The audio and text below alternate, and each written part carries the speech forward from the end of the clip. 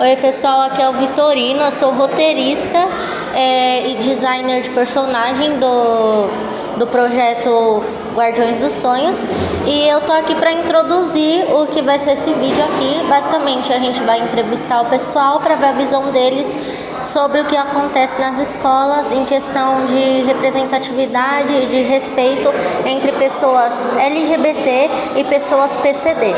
Bom, o nosso projeto é Guardiões dos Sonhos, é basicamente uma animação que vai tentar trazer mais da representatividade tanto LGBT quanto a representatividade PCD, e a gente também, junto disso, também representa várias etnias diferentes, que também entra numa questão de representatividade.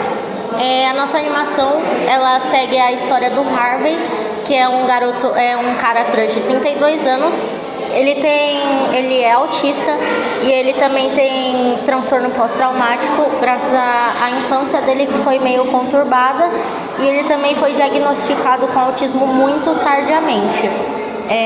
A história segue com ele tentando lidar com os traumas dele, que ele não consegue entender certo o que realmente aconteceu com ele, e junto disso também os amigos dele, que são os Guardiões dos Sonhos, também enfrentam os próprios traumas e tentam ajudar o Harvey a superar o que acontece com ele na vida dele. Pode começar. Oi, tudo bem? Meu nome é Maria Fernanda, eu sou professora de Sociologia do SENAC, e sobre o grupo de minorias eu faço parte de uma grande maioria delas. Eu sou uma mulher, eu me considero uma pessoa preta, eu sou diagnosticada com autismo de suporte grau 1, entre muitas outras que a gente tem aí para listar. Professora, como você entende e enxerga a representação de minorias da comunidade LGBTQIAPN+, e PCD? E como elas são importantes para as pessoas dessa comunidade? Bom, eu acho que é até suspeito para que eu fale, porque para mim isso tem uma importância, uma magnitude da vida de uma pessoa, que quem não faz parte de minorias às vezes não consegue medir de fato o impacto que isso tem. Eu lembro a primeira vez que eu assisti uma série e eu vi duas mulheres não somente tendo relação homoafetiva, mas sim duas mulheres casando, constituindo família, de uma forma que foi tratada de um jeito muito natural dentro daquela série, e eu lembro o impacto que isso gerou em mim enquanto adolescente, porque foi a primeira vez que eu vi representado ali dentro, de uma grande produção, de uma grande série lançada pela Netflix, onde mostrava, não, tá tudo bem ser do jeito que eu sou, e pode ser que no futuro, se eu quiser, eu constitua a família, ou pode ser que não. Então, para mim, a representação ela vai muito além de ter exposto na tela, mas sim de mostrar para essas pessoas que fazem parte dessas comunidades de minoria que a existência delas é válida, e além de ser válidas, não está colocada numa caixinha, que elas têm outros caminhos além daqueles que é esperado delas. Foi muito bonito, professora. Como você reagiu ou reagiria pela primeira vez ao presenciar uma aluna ou aluno ou alguma pessoa sofrendo LGBTfobia ou capacitismo? Eu sou uma pessoa um pouco extrema nesses tópicos, e eu não falo extrema de partir para agressão, porque eu não acho que a agressão resolva. Como educadora, eu sempre trouxe, e espero sempre trazer, que a educação é o primeiro passo para que a gente mude a cabeça da maioria das pessoas, porque muitas vezes o preconceito ele vem justamente de não saber sobre o que está falando, ou já tem enraizado algumas ideias que a gente sabe que não é verdadeira. Mas eu também não acho justo submeter os alunos que fazem parte desse tipo de minoria a esse tipo de situação muitas vezes vexatória. Então, na maioria das vezes, eu sou bem reativa na questão de tirar o aluno que está fazendo esse tipo de coisa, e muitas das vezes até a chegar a abrir um boletim de ocorrência, porque apesar da maioria das pessoas não lembrarem, hoje em dia homofobia, qualquer tipo de LGBTfobia, ou qualquer tipo de ato preconceituoso contra grupos minoritários é crime, dando de 3 a 5 anos de reclusão. E eu acho que a gente deve tratar esse assunto com a seriedade que ele merece. É um crime e deve ser tratado como um crime. Também eu já vi algumas coisas, por exemplo, as pessoas, elas perdem um pouco a noção do perigo, porque eu acho que uma coisa é você fazer uma piada de uma pessoa LGBT ou com uma pessoa com uma pessoa deficiente, é uma coisa, tipo, com amigos, se você tem muita intimidade, mas as pessoas, às vezes, elas perdem as estribeiras. Principalmente eu percebi quem é antiga geração de fazer piada, tipo assim, no meio da rua você fala uns negócios super homofóbico e capacitista. Eu falo, gente, que isso? Tipo, como as pessoas tratam a depressão, por exemplo. Tipo, imagina que o jeito que uma pessoa trata a depressão, ela tratasse, tipo, sei lá, cegueira de uma pessoa ou a diabetes. Não sei, eu acho bem importante também. Na sua visão, como você acha que uma pessoa que está presenciando uma situação de homofobia ou capacitismo deveria reagir? É que eu sempre fui muito ativista social, eu fazia parte da UP, né, que é a Unidade Popular. Eu já fiz parte de outras movimentações políticas, tanto em relação a LGBT, quanto em relação ao autismo e o papel das mulheres em sociedade. Então eu sou muito do time que acha que se você está presenciando alguma coisa e você fica quieto sobre aquela coisa, você é tão culpado quanto a pessoa que está fazendo. Então, além de não fazer parte, você tem que ser ativamente contra. Então, se você está vendo alguém fazer uma piadinha, se você está vendo alguém ser agressivo de fato, ou se você está vendo alguém sendo humilhado por uma característica que ela não comanda na vida dela, eu acho que é seu papel como cidadão se impor nessa situação e falar, opa, peraí, não tá legal isso. Então eu tomo muito essa postura para mim. Se eu não gostaria que fosse feito comigo, eu não gostaria que fosse feito com outro, eu gostaria que alguém me ajudasse se eu passasse por esse tipo de situação. Então eu sempre intervenho e eu sempre mantenho essa posição de, se você é contra esse tipo de coisa, você tem que falar. Se você ficar quieto, você é tão conivente quanto quem está fazendo. E também, eu já complementando mais um pouquinho, como é que eu posso explicar? Tipo, as pessoas, elas acham que às vezes é só brincadeira e não é. Eu lembrei que eu queria falar de verdade, né, certinho. Muitas dessas pessoas que, tipo, fazem isso seriam aqueles cidadãos de bem, sabe? Que é cristão, que tem uma família bonita. E aí você vai ver, é a galera que mais faz merda. Mais comete preconceito. É um povo muito sem noção. Eu queria ver se Jesus estava aqui, ele ia tacar a Bíblia na cabeça deles. Mas voltando para as perguntas, se você pudesse falar alguma coisa para as pessoas que estão sofrendo com a falta de representatividade e opressão, o que você falaria? Eu sei que é difícil ouvir isso, muitas vezes quando a gente se coloca nessa posição, né? Não se coloca, porque a gente não escolhe. Quando a gente tá nessa posição e a gente não vê representações, não vê pessoas parecidas com a gente se sente quase que encurralado num beco sem saída. E eu falo que se você não tá vendo ninguém, seja você o primeiro a ocupar esse lugar. E é difícil, é complicado, muitas vezes você se sente excluído e não pertencente de verdade. Mas é a partir do momento que uma pessoa toma a frente e se coloca dentro de espaços, dentro de situações, dentro de movimentações onde normalmente a gente não veria esse tipo de pessoa, é que mais pessoas se sentem confiáveis para entrar nesses espaços. Então, se você nesse momento não está vendo uma representação sua, fique firme e seja você mesmo a representação que você gostaria de ter visto. Seja essa pessoa que vai se colocar à frente de tudo isso. Tá bom, obrigada, professora. Falou muito bem, viu? Inclusive, ótimo exemplo de pessoa. Bom, agora, continuando com as nossas entrevistas, eu tô com o próximo entrevistado, por favor, se apresente. Olá, pessoal, meu nome é João Gabriel, eu sou professor de Ciências Humanas e Sociais Aplicadas aqui no Senac Lapa Cipião. Tá, faz parte de alguma minoria? Não faço parte de nenhuma minoria, sexual, de gênero, étnica, nenhuma. Tá bom, eu vou começar com algumas perguntas. Como você entende e enxerga a representação de minorias como da comunidade LGBTQIAPN+, e da comunidade PCD, e como elas são importantes para as pessoas dessas comunidades? Eu acredito que essas comunidades PCDs e a galera da comunidade LGBTQIA+, acredito que eles estão avançando em muitas lutas nessa questão da visibilidade. Então, principalmente, se a gente for pensar na cultura, em representações em novelas, em filmes, mas ainda acredito que há uma grande desigualdade ainda quanto a isso, né? Nós ainda vemos uma luta muito constante dessas populações para serem representados sem qualquer tipo de estereótipo, o que eu acho que é interessantíssimo, né? Que nós vemos muitas vezes esses grupos minoritários quanto a seus direitos sendo representados também, ou sendo chamados para serem entrevistados, sempre também pautando esses temas. Então eu acho que também há uma limitação da atuação dessas pessoas, seja no cenário cultural, político, socioeconômico, né? Então eu acho que eles estão batalhando, estão conquistando seus espaços. É importantíssimo essa conquista, até para nós, e como nós que não fazemos parte dessa minoria, sendo hétero, sendo branco, sendo do gênero masculino, como que a gente também pode contribuir para essa luta que é de extrema importância e que ainda nós observamos bastante desigualdade quanto a isso. Ficou confuso? Não, acho que ficou bom. Ficou legal? Segunda pergunta, como você reagiu ou reagiria pela primeira vez ao presenciar uma aluna ou um aluno que esteja sofrendo alguma homofobia ou algum capacitismo? Então, principalmente como professor da área de ciências humanas sociais, né, a gente tem sempre tentado debater esses temas, né?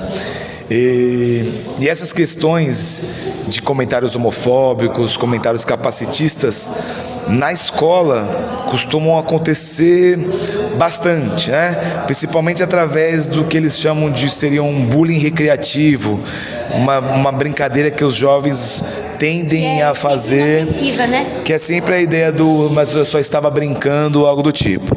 Cabe a nós como professores, principalmente, não sei se principalmente, mas cabe, na verdade, o papel de todo cidadão na sociedade, na verdade, intervir sempre que presenciar uma situação dessa. Claro que na escola nós estamos num ambiente educativo, então nossa abordagem, nossa intervenção costuma ser um pouco diferente, da gente colocar as pessoas para refletirem sobre, conversar o porquê deles estarem trazendo essas coisas, enquanto nos muros para fora da escola as situações costumam ser diferentes, né? Seja criminalizando, seja denunciando essas situações, mas sempre que eu tendo a encontrar essas ofensas, essas discriminações, a gente tem que intervir em qualquer espaço da sociedade. Na escola a gente faz isso constantemente, mas eu acho que na verdade é uma missão, é um compromisso que todos os cidadãos têm que possuir em qualquer espaço da sociedade, né? Isso não cabe mais no mundo de hoje. A gente tem que começar cada vez mais combater e conscientizar a galera quanto a isso. Eu acho que a gente também tem que pesar ainda mais no Brasil, falando do nosso país, pesar um pouco mais no Brasil, porque ainda existem países que, gente, se você beijar uma mulher, se você beijar um homem, se você beijar alguém que seja do mesmo gênero que você é preso. Perfeito. Você tem que pagar uma multa. Sim. E é interessante quando a gente fala de algumas minorias, quando a gente fala mesmo de PCDs, de todos os tipos, né?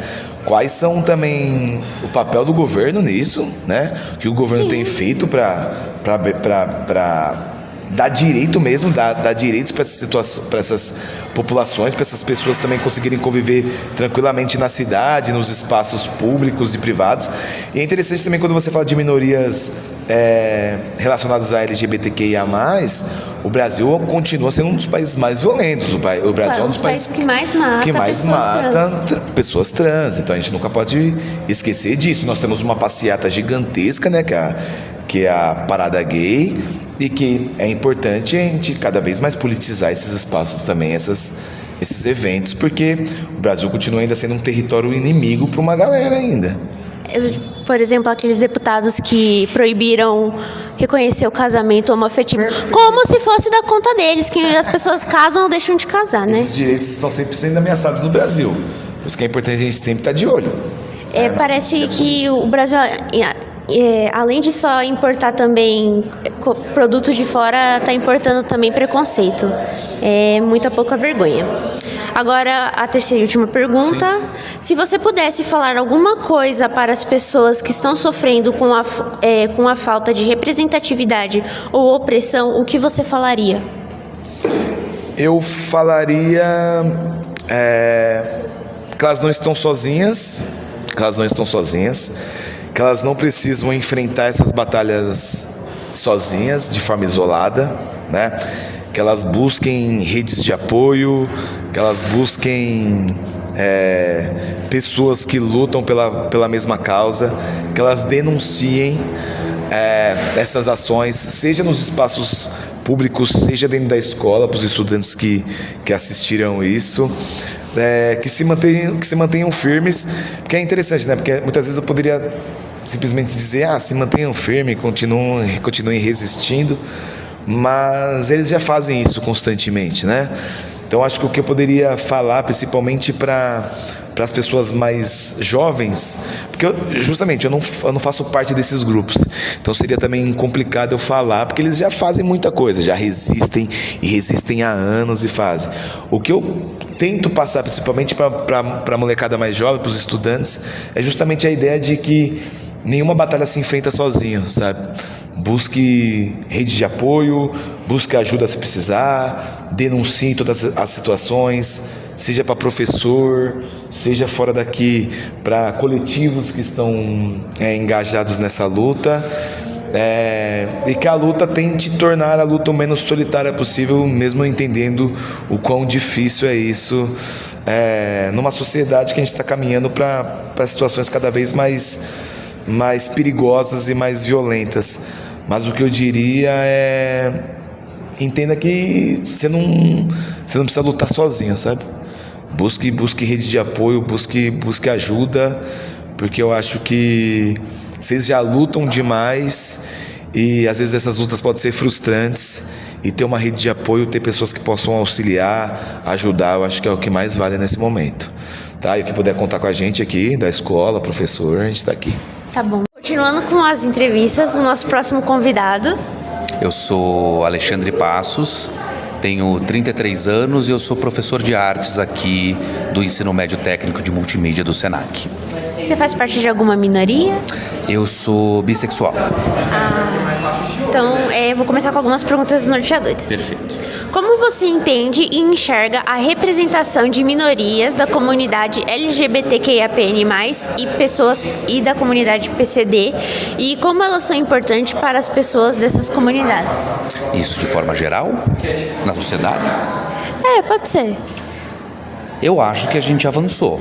Nós estamos em 2025, numa época onde isso é falado pelas pessoas, isso é abordado pela mídia.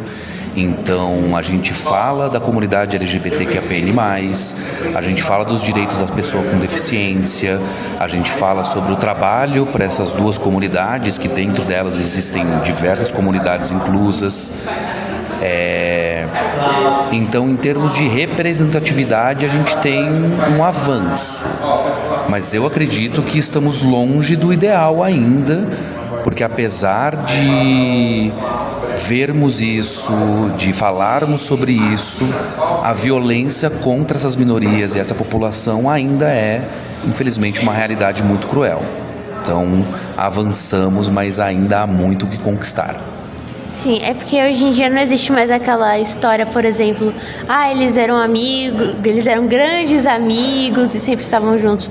Porque teve uma época, não teve? Que, principalmente eu acho que em lugares militarizados, como na Segunda Guerra Mundial. Sobre isso especificamente, falando da minha própria vivência, no meu ensino médio, quando eu fui adolescente, só tinham duas possibilidades. Ou você era hétero, ou você era viadinho. Não era nem uma questão de ser gay, ser homossexual. Era ser alguém que não é hétero, que gosta da pessoa do mesmo sexo e é ridicularizada por isso. Humilhada. Algumas pessoas conseguiam um trabalho de resistência e existiam apesar dessas piadas. Então eu peguei uma época que eu tive no colégio diversos amigos gays e amigas lésbicas, mas que tinham que enfrentar essas piadas. Tinha que passar por cima de muita coisa. Tinha que passar por cima de muita coisa. Era possível passar por cima, porque nas gerações anteriores nem era possível falar sobre isso. Então eu acho que essa geração conquistou o lugar de espaço, mas ainda enfrentando alguns preconceitos. Agora, no meu processo individual, eu demorei anos para me entender bissexual, porque eu não me entendia como homossexual e alguma coisa na heterossexualidade era estranha. E a escola, a sociedade, a comunidade em si não me deu ferramentas para eu entender quem eu era. E isso foi acontecendo com o tempo. Estou com 33 anos, eu comecei a pensar sobre isso com 25. Então foi toda uma adolescência e uma primeira parte da vida adulta que eu passei sem entender quem eu era. Nossa. Não deve ter sido uma coisa muito fácil. Não, definitivamente não. Segunda pergunta. Como você reagiu ou reagiria pela primeira vez ao presenciar uma aluna ou um aluno ou alguma pessoa sofrendo homofobia ou capacitismo? Como professor, a minha função é ser a pessoa que vai prover os barramentos. Quando a gente fala barramento, é justamente, em primeira instância, parar a violência. Porque se a gente vê alguma violência acontecendo e a gente não se posiciona, a gente é conivente com ela, a gente faz parte dela. Então, o primeiro passo para mim, como professor, é barrar. Não deixar que a violência aconteça, para que no segundo momento a gente consiga, pelo menos, tentar um ambiente de justiça restaurativa, de conversa, de tentar entender por que se chegou num movimento de violência tão grave quanto esse. Mas isso só é possível depois que a violência ela é cessada. Porque, sei lá, eu gosto da metáfora do machucado. Não dá para estancar um sangramento gigantesco com um band-aid, né? Então a gente precisa primeiro estancar o sangramento para depois entender qual que é a origem do ferimento. Mais ou menos isso. Tá, entendi bem, entendi. Terceira pergunta. Na sua visão, como você acha que uma pessoa que está presenciando uma situação de homofobia ou capacitismo deveria reagir? Essa também é uma pergunta muito difícil, porque, como eu ressaltei, eu tenho uma posição que é esperada como professor. Como colega, não existe um manual do que é esperado de comportamento.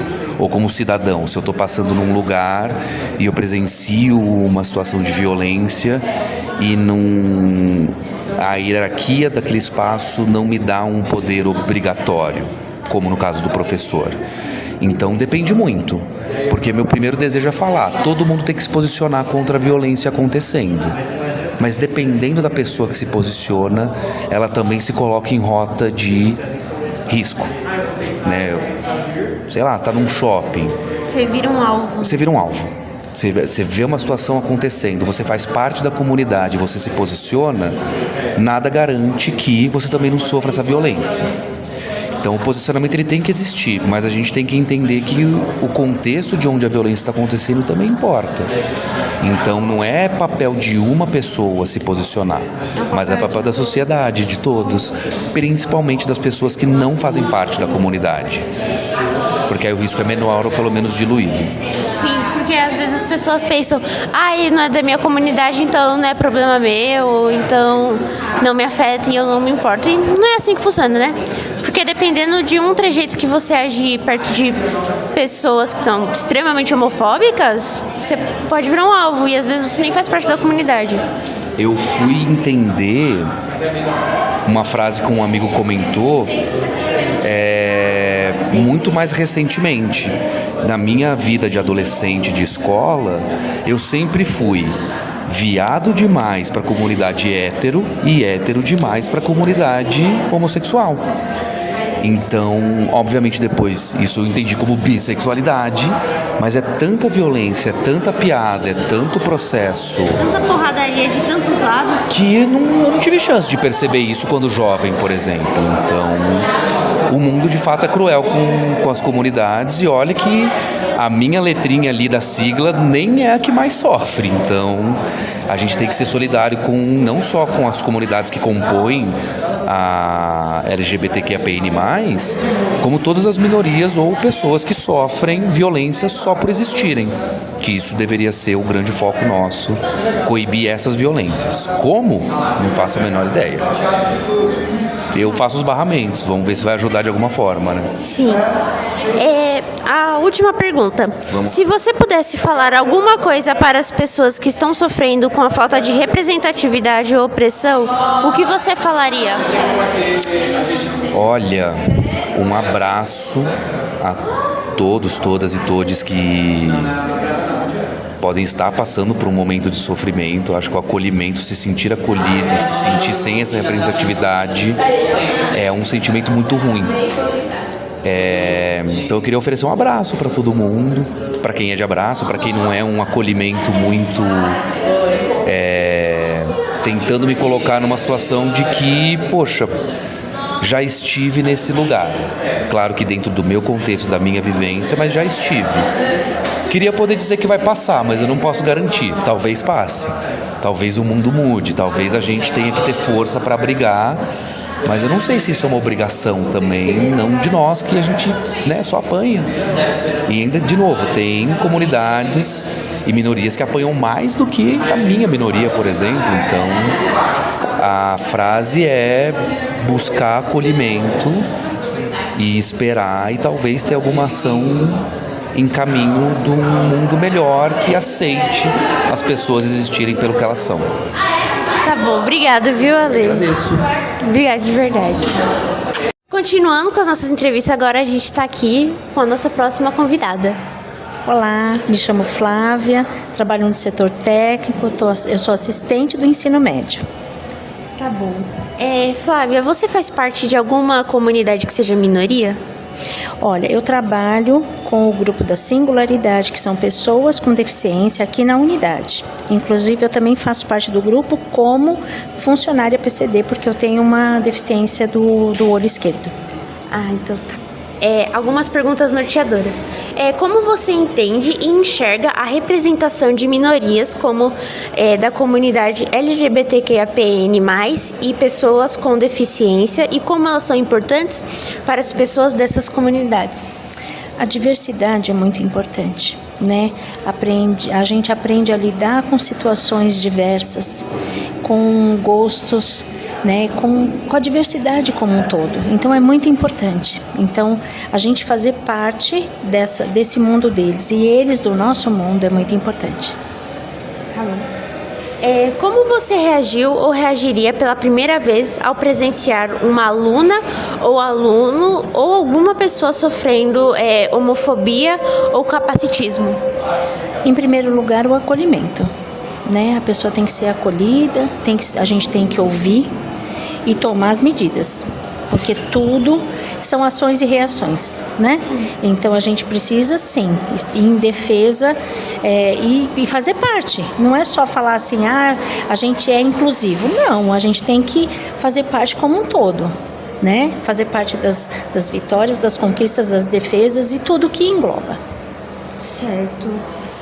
Na sua visão, como você acha que uma pessoa que está presenciando uma situação de LGBTfobia ou capacitismo deveria reagir? Em defesa das pessoas que estão sendo vítimas. Sim, não, mas uma pessoa que é da comunidade, como você acha que ela deve reagir? Em defesa. Todos têm que estar juntos, unidos, em defesa um dos outros. Sim. Tá. Era essa a pergunta? Se você pudesse falar alguma coisa para as pessoas que estão sofrendo com a falta de representatividade ou a opressão, o que você falaria? Vocês não estão sozinhos. Nunca estarão. Então fazemos parte de um todo e a gente precisa se unir. Não importa o que seja. A gente faz parte de uma mesma comunidade, a gente faz parte de um mesmo pertencimento. Então a gente precisa se unir. Tá bom. Obrigada, Flávia.